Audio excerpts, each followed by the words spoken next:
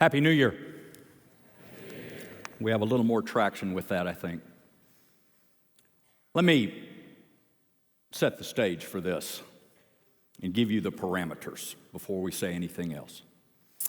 Last fall, October, one of the pastors on staff here named John Card, I'll ask you to remember that name, asked me if I would teach a segment to our leaders and teachers for the program, for the focus that we're going to have this year in 2020.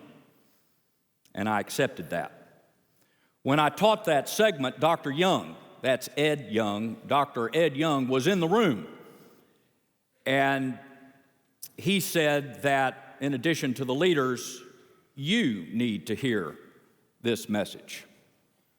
From that point going forward, Ben Young, as in Dr. Ben Young, edited this message to format it for this service. So here is my disclaimer. If you are moved, inspired, enthralled, captivated, transformed by this message, and your life will never be the same, the church has my permission to give all of my contact information so that you can call, text, or write me and tell me personally how wonderful you thought it was. However, if it goes the other way and you leave here going, why in the world did they ever let that guy up there? I should have slept in. It would have been time better spent. John Card, Dr. Ed Young, and Ben Young are your points of contact. I had nothing to do with this.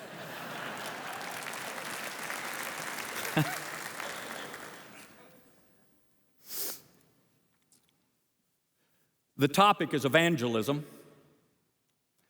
I had truly no say in why evangelism, or I believe what the church is saying is focusing our influence. I was not in on any of the meetings on why that was chosen to be our theme for a new year, a new decade. I will tell you, as I've gotten into this, there couldn't be a better time, and I'll get to that.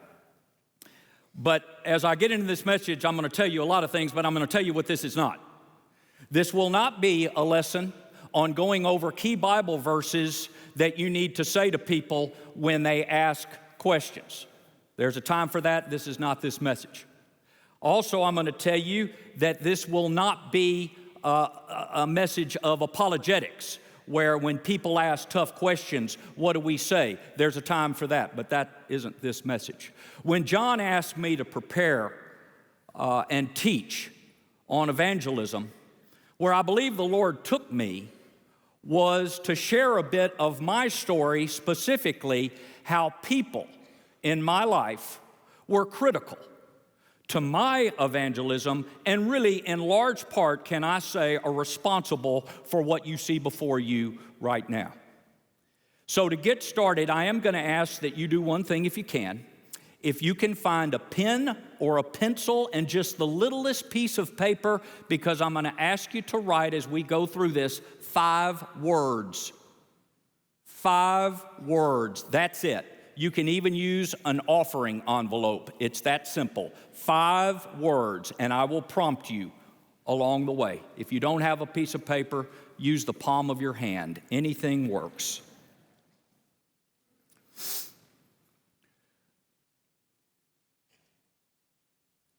So, perhaps like some of you, I had the good fortune of being raised in a Christian environment. As Ben said, I'm a native Texan. I was born in Austin. Spent a lot of my growing up there in the hill country.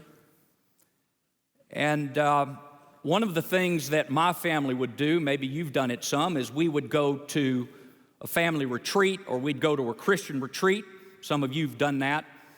My family, we'd pick the hottest month in July and go off into East Texas. That's where a lot of those retreat centers are, as you know. And we would have a week of family camp. 250, 300 other people would go from Texas, Oklahoma. And they had a youth group, which I was a part of. And at one of those meetings, I'm 13 or 14 years old, The youth pastor at our meeting that night gave an invitation, and it was a room with 50, 60 young people in it. And he put a chair, they don't do that here, they put a chair in the middle of the room. And they said, if you're serious about becoming a Christian, if you're ready to accept Jesus Christ as your Savior, if this is your night, I'm going to ask you to come and sit in that chair. We're all going to come lay hands on you. That still small voice said, it's your time.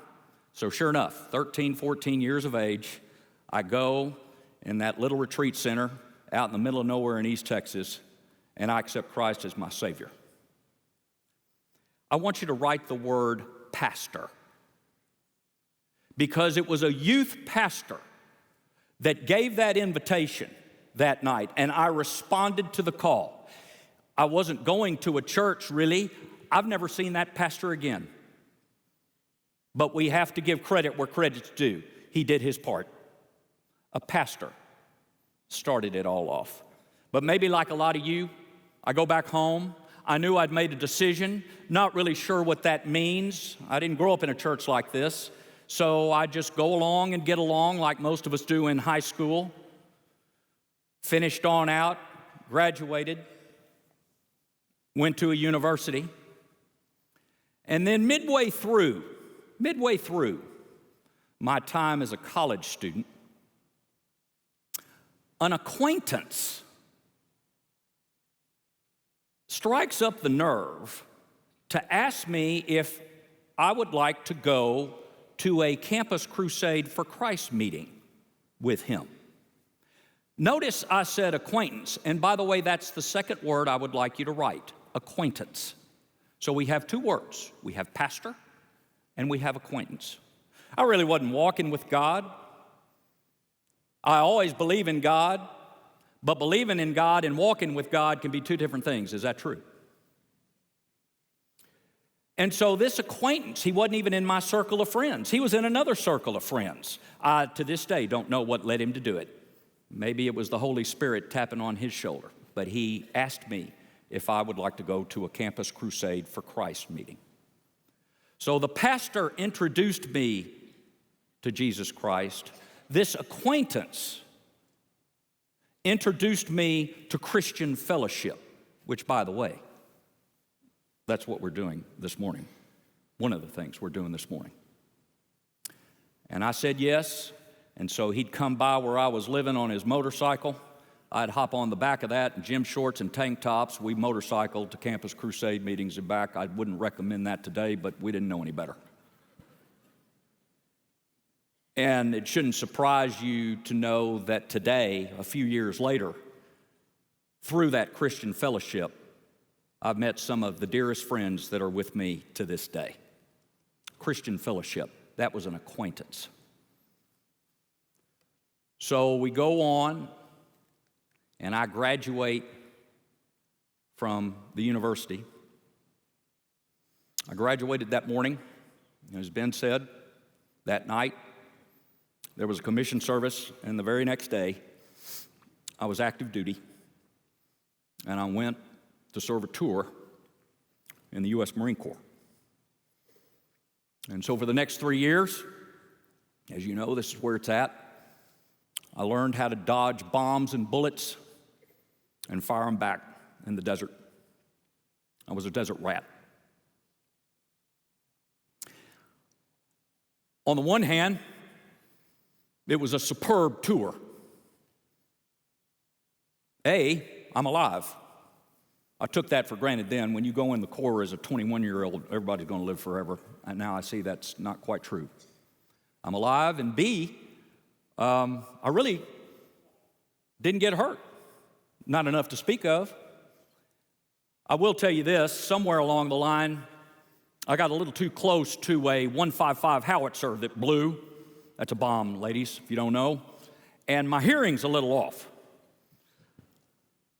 I thought that was a detriment, but God knew what he was doing, raising 4 daughters, 3 of which are teenagers at any given time. I now view that as an absolute blessing. They're not here in this service, so what's said in Second Baptist stays at Second Baptist. I had superb officers that led me. I had a crack troop of Marines that was with me. It was a good tour of duty in that respect. They're still over there, by the way. But on the other hand, I have to tell you the other side of it. When I went active duty, I lost that Christian fellowship. I'm just sharing. That's easy to do in the military. You're hot, you're tired, you're stressed. Sunday morning, you're not that motivated to go and run find a church. There's no excuse, I'm just telling you. And to make the story fit for time, over that 3-year period, I drifted. Now, I've learned a lot of things about drifting. First of all, with drifting, you don't have to work to drift. There is no work involved in drifting. You just drift. Matter of fact, I will tell you that if there is no effort at all to do the contrary, you will drift. Every time. I have learned that. The analogy that I feel led to give you is my mother, midway through my growing up years, she took a job in San Marcos, Texas, at the university there. She was a teacher. And we moved to San Marcos when I was 9 or 10. And for those that don't know, in San Marcos, what runs through that town is the San Marcos River. It's a spring-fed river. I can show you exactly where that river starts, where all the springs boil up. And then the river, like everything else, starts running down, and I'm sure it ends up in the Gulf somewhere, like all of them do. But at the end of the day, one of the pastimes then and now that you do in San Marcos is you can grab inner tubes and some ice chests, and you start at the front of that river, and you plop yourself in an inner tube, and let me tell you, it is the easiest day you will ever have, because all you do is drift. You start at point A, and somewhere later in the day, you will get out, and you will get out at point B, and point B is a lot further down than point A was, and you didn't have to do a thing to get there. You just drift. So I'm released from active service, and I come home. And for the first time in my life,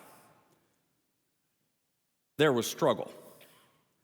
I thought I was gonna get into some business. The business didn't work. I had meager savings. By the way, you don't go in the military to get rich. Just telling you. Didn't have any money. I was in a relationship that went beyond south. Not south, beyond south. And a few other things, and the bottom line, the tail of the tape was that I found myself with no direction, no esteem, confused, not knowing where my next step was. And I'm putting the lipstick on it for you. I didn't know who I was anymore, where I was going, and in good Baptist vernacular, I was lost. So about this time, a cousin, I'd like you to write the word cousin. So now we have 3 words: pastor, acquaintance, and now we have cousin. A cousin who I don't even think knew the half of it, felt led to show me a Bible that she was reading at the time. This was not an ordinary Bible. Most Bibles, as you know, are broken out by books of the Bible, and you have chapters and you have verses. Well, this wasn't that way. This Bible is broken out by date, specifically 365 days. The bottom line is, she said, this works pretty well. You read the section for the day. That Bible was a little bit of Old Testament, a little bit of New Testament, a little Psalm and a proverb. Just do it for a day, and you're done. But you know where this is going. If you did that for 365 days, you successfully read from Genesis chapter 1 all the way through till the last chapter in Revelation. It was an epiphany. I had not been reading the Bible. They might as well call that the Marine Corps Bible. You don't have to think, just execute. Just read your little section for the day. So I felt led to go get that Bible. That cousin, by that act of showing me her Bible, introduced me for the very first time to consistent Bible reading in my life. Shortly thereafter, an in-law, I'd like you to write the word in-law of all things, an in-law, felt led to give me a devotional book. A devotional book. I should have brought one for you. A devotional book is even less than a Bible. Many of them are written to where you read one little page a day. There's a number of devotional books that are out there. You have some in the bookstore. They're everywhere. Devotional books. You read a little page in the day of the day. You have a couple of Bible verses maybe. And a devotional book, the value of that will give us practical application of what we're learning about perhaps in the Bible, about God and the things of God and how God applies in the day-to-day. So an in-law of all people is responsible for introducing me to practical application. 3 months later, I moved to Houston for a job opportunity that turned out to be my career. But when I got here, I knew no one except for an old college friend. And so the last word, we're about done with the writing. I'd like you to write the word friend. I told you this was easy. You're done with the writing. A friend. And I showed him the Bible I was reading, and I was sharing with him for the first time in my life that God mattered. Something was good here. And the friend said, you know, I think there's a church that we ought to visit. He may have said that you ought to visit. And that church was Second Baptist, right here. I remember the pitch like it was yesterday. Here's what the pitch was. Why don't we visit that church? Here's the deal. The women are really pretty, and the preaching's not half bad.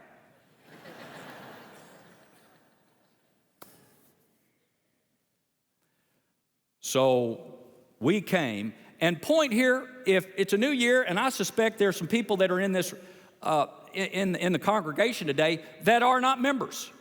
You're a visitor. He was not a member. He had not been going to church. So basically, this was visitors inviting visitors. I don't even know if that's legal. I don't even know if they want you to do that, but we did it. So I think my word to the visitors is, as we go through this service, if you hear something good, if you sense that something good is happening here, the church does allow you to go invite somebody and bring them back with you. That's how I got here. It was through a friend who invited me to church. Just the color on that is, as Ben said, to say that I got involved was an understatement. It seemed every time they opened the doors, I was here. I loved it. I didn't have a church background growing up. Where I grew up, just wasn't much of that. So I loved it. And I was in here all the time, and I got very involved. You know how they have it, if you don't know, we have Bible study classes. I didn't bring this up the other day. We have Bible study classes, like they have about 800 or 900 of them. I went up to a Bible study class. I'd like to call him out. His name is Fred Williams. He's still a member of our church. I think he's chairman of the deacons. He was my Sunday school teacher. I didn't know who he was and didn't care. I listened to him teach a lesson. I go, that was relevant, and I joined the class. I went back there, signed up, and said, I'm in. How much it cost? Nothing? It's even better. I'm in. I've never visited. I just went with the class. I got very involved in Bible study. I got very involved in a lot of the things that you're involved with. And in that period, I need to tell you that I was single. So if you're single, listen to this for a little bit. Let me explain single. I wasn't just single. I was single. isolated single, beyond single, twilight zone single. Am I painting a picture for you? I was single, and I had no money, even better. So even if I'd mustered the courage to ask someone out, it would have gone like this. Hi, I'm Michael. I'm here at the church too. I'd love to take you to dinner. It'll be my treat if you lend me the money. It didn't resonate. But along that period of time, what you need to know is I would pray to God. I said, God, you have changed my life through this Bible, through devotional work, through Christian fellowship that I now once again have through this church that I didn't know anything about. And I have all that. And God, I don't feel like I have the gift of singleness, but I'm too far down the road with you. If that's the story for me, I will accept it. But I just want to let you know I don't feel that maybe is me. And in classic military fashion, God said, you know what, son? Let me explain this to you. When I want you to have a wife, I will issue you one. Until then, you keep focused on me, and we'll let that take care of itself. And sure enough, in a Sunday school class, I'm up directing a class, and I see a really, really pretty girl, and what was better is she was laughing at all my jokes. The rest is history, and we started having kids. And as Ben said, we have 4 of them, and they're all girls, and I appreciate the Marine Corps for a lot of things, but they are ill-equipped to teach me how to deal with 4 girls.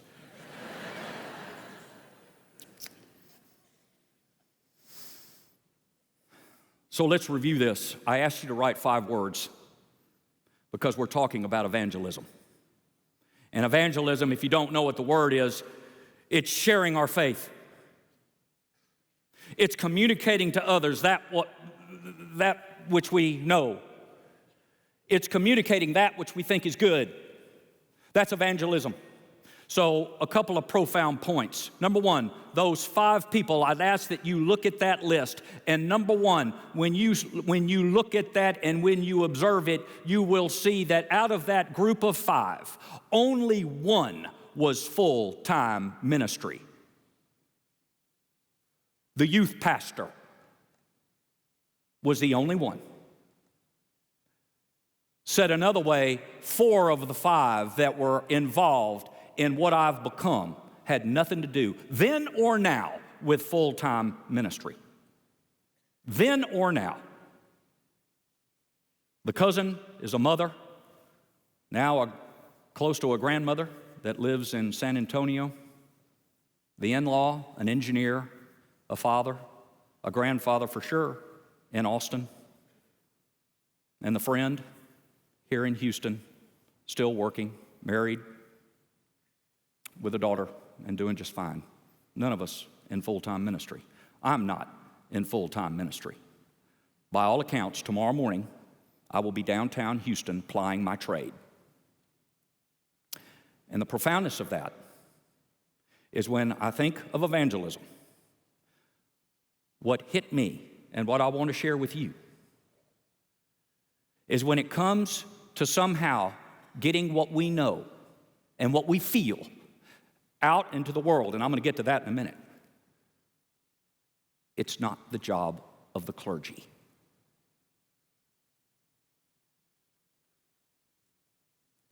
It's on us. We are the hands and we are the feet. The clergy can't do it all. They just can't. It's us. We are the hands and feet. We are the salt. We are the light. And so when you look at that little list, for a minute I would like you to stop and think, what cousins do I have? And we can expand that a little bit. It can be a niece, it can be a nephew, it can be an aunt, it can be an uncle. You can expand cousin. What friends do I have that could use a Bible from me, or an invitation, or a cup of coffee, or a good book that meant something to you? What acquaintance, and dare I say, what in-law do I have where I could be used in some way? So hopefully, we're in January. you will be thinking of somebody or others that you can share this with in some way. None of these people were full-time evangelists. None of them. But glory be to God. Look what they did. Look what they did.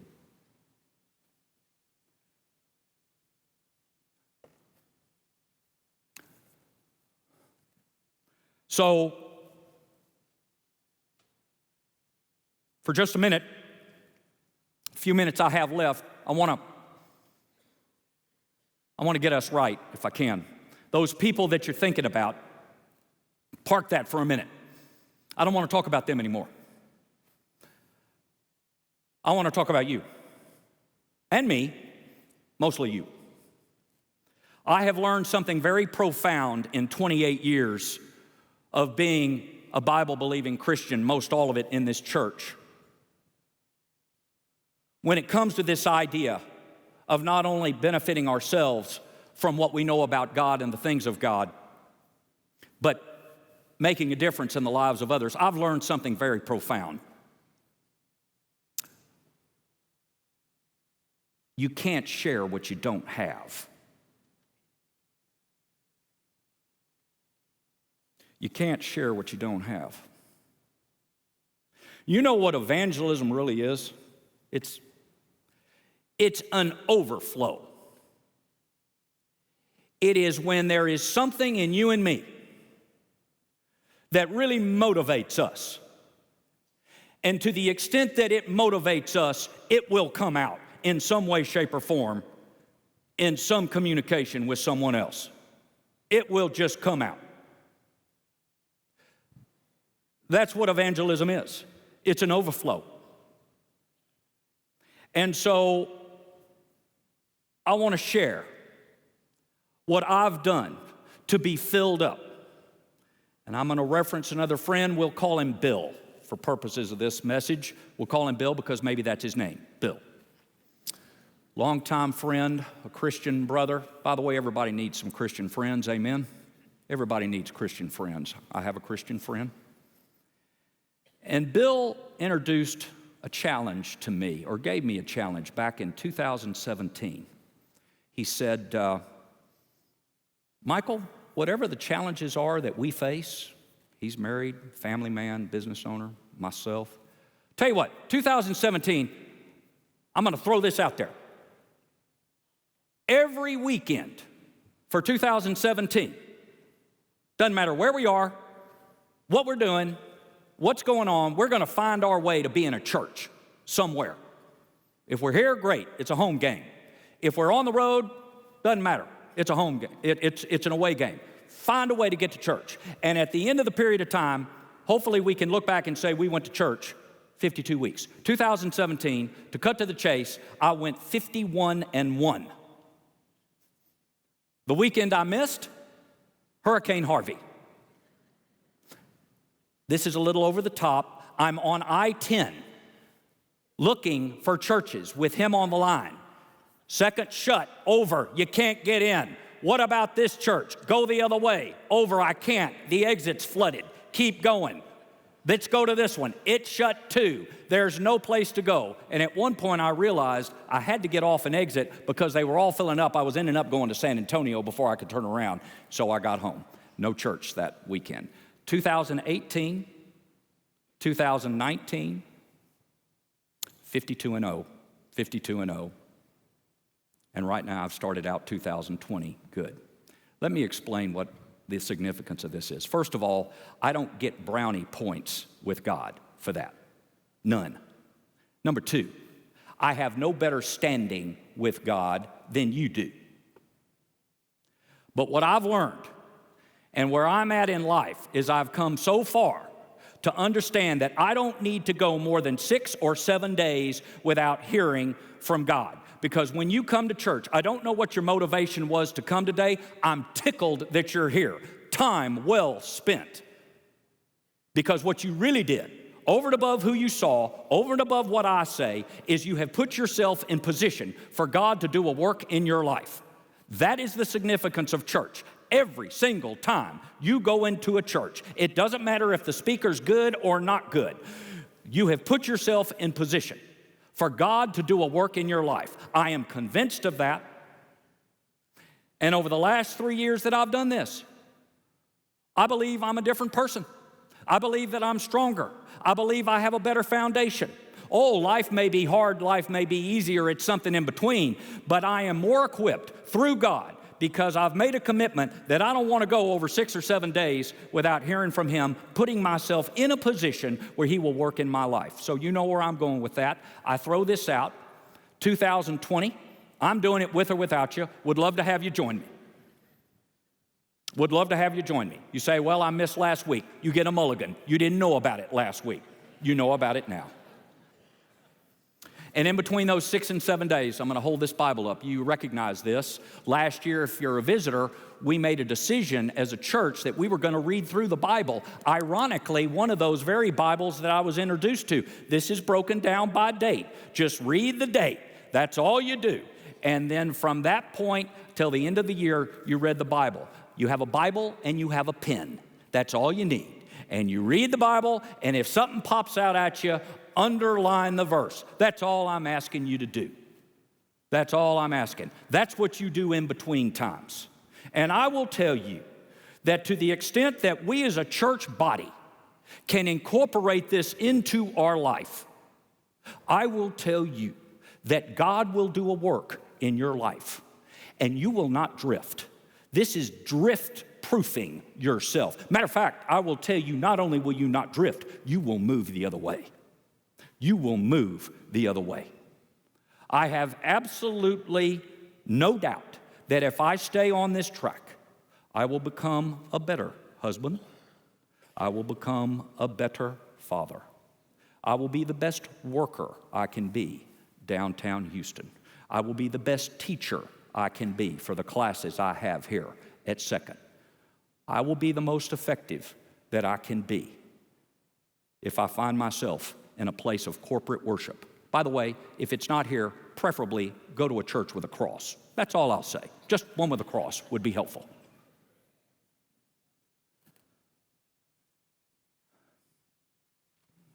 As I mentioned, I don't know why the church decided that this would be our year of evangelism and focusing our influence. The last thing I'll say is I want you to believe, and I believe that I am this, I'm a glass half full guy. I'm a glass half full guy. Matter of fact, I would like you to believe that I am a glass 3/4 full guy. Life is good. Maybe 4/5 full. I've done this to the extent where my wife and daughters have go, stop, you're annoying. But that's me. I like to talk about the good things. But I know that outside these walls in the community we're in and in our country, I get it. There is an agenda, and it's out there, and you know it as well as I do, more so than I've ever seen it in my little life. There's an agenda to rip God out of the very fabric of our society. I don't like talking about it. I want to talk about fun things, good things. I don't have the answer to all of that today. I'm working on it. But when this comes to my mind, what does keep coming back to me, ladies and gentlemen, is what would God have me do? He keeps saying, son, I want you to be excited about your faith.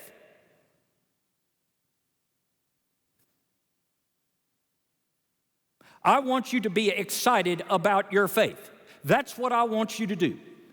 And as I've developed this, he would have me, I believe, tell you, ladies and gentlemen, as we go through this new year, this new decade, whatever you want to couch it, we more than ever need to be excited about your faith, our faith. That's what will win this nation to Jesus Christ. That is it. That is it.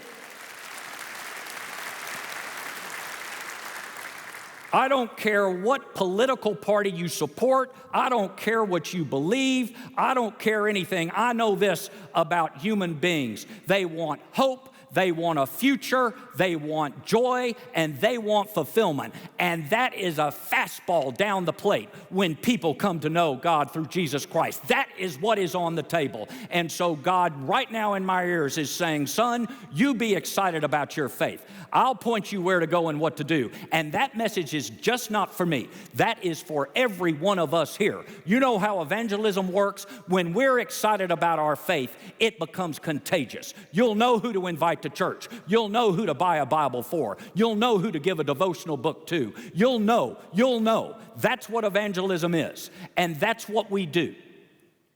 So I hope as we go forward this year, if nothing else, that we can be very excited about our faith.